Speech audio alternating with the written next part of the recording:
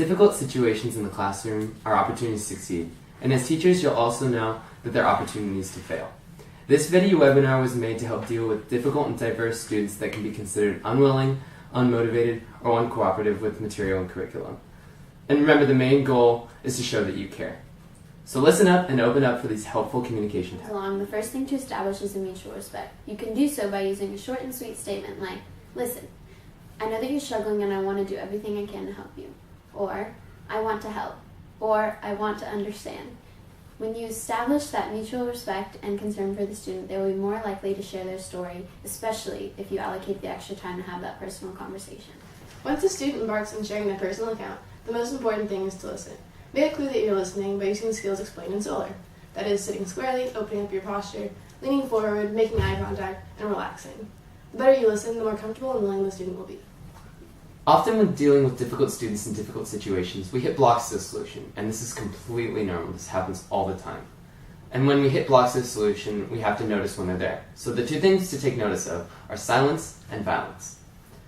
In any attempt to block the solution or withhold any sort of information from the conversation, there are two things that are important to do. One, to show that you're concerned and that you care about the student once more. The second thing is something I like to call leaving the ball in their court. And you can do so with a short, sweet statement to show that you care and to appeal to noble motives. So it goes a little something like this. "Listen, know that I care about you and that I want you to succeed. I'm going to hold you accountable and responsible for the work that you do inside and outside of class because I believe in you." And that's the easiest way that you can get to a student and leave the ball in their court. After that, and you feel like you need to work a little harder to get to a solution, you can also use constructive criticism. And in the PALACE program, there's a specific formula for constructive criticism that we like to use.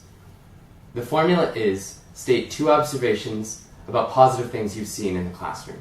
Use the connecting word "and", not "but", as "but" is the verbal eraser and detracts from any sort of positive sentiment from the conversation.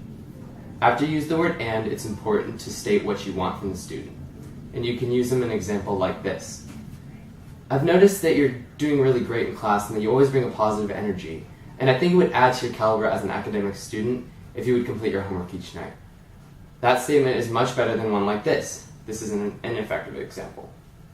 "I think it's great that you bring a great energy to class, but you're not doing your homework. You're not going to succeed." The ineffective example is much more negative and takes away from any sort of positive sentiment from the conversation. Once you've done that, leave the rest up to the student. You've shown that you cared and that you want to make a difference in a student's life, and that might make the difference between a student that rises to the occasion and falls short of greatness. Thank you for watching this video webinar.